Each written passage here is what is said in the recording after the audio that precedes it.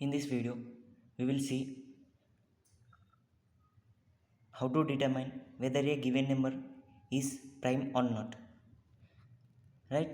At first, what is prime number? So, prime numbers means the number which is having two factors. For example, let me take the number as 1. So, here the number 1 is divisible by 1. So, when we perform modulus operation between 1 and 1, then it gives the answer as 0. So, modulus will give the remainder. So, 1 modulus 1 is 0. So, here when we perform modulus operation, it is giving the answer as 0.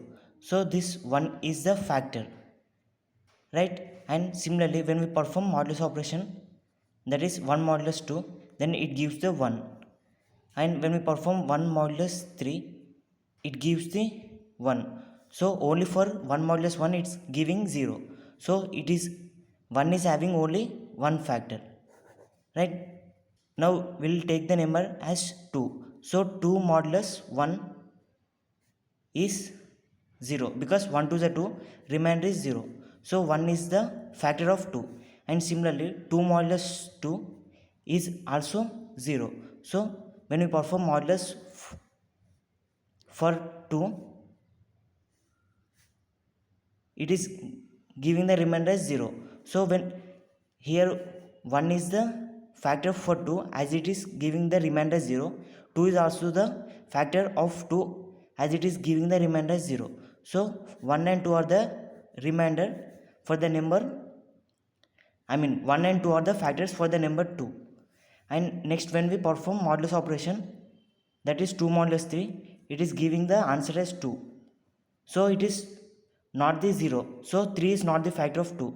Only the numbers which are giving the remainder as 0, then the numbers can be considered as factors of that number. So here 1 and 2 are the numbers which are giving remainder as 0. So 1, 2 are the factors of 2. So now what I say is the number which is having two factors is known as prime number, right? So here for the number 1 we will be having only one factor, so it is not a prime number.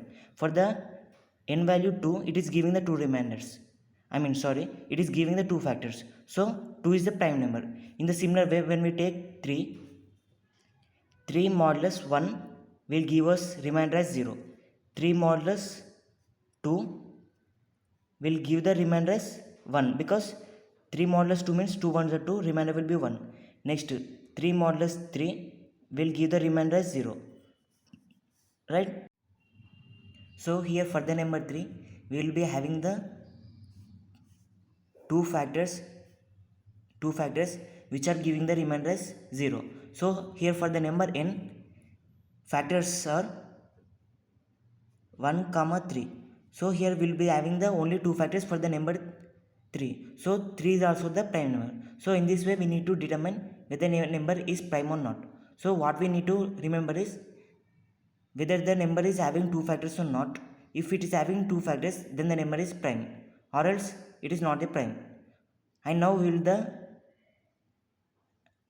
write this logic into the Java code. Okay, now let us consider a number as n. Let number be 3. Okay, now we need to perform modulus operation to this n value with 1, 2, so on up to n. Okay, so take a for loop, that is for int I equals to 1, I less than or equals to n. Okay, here we have taken n value as 3. So up to n if you perform, then it's okay. Then I plus plus. Okay, then what we need to do is we need to perform this kind of modulus operation, that is if n modulus I relational equals to 0. So whenever it gives a remainder as 0, then we need to increment the factor. So factor plus plus. So initially factor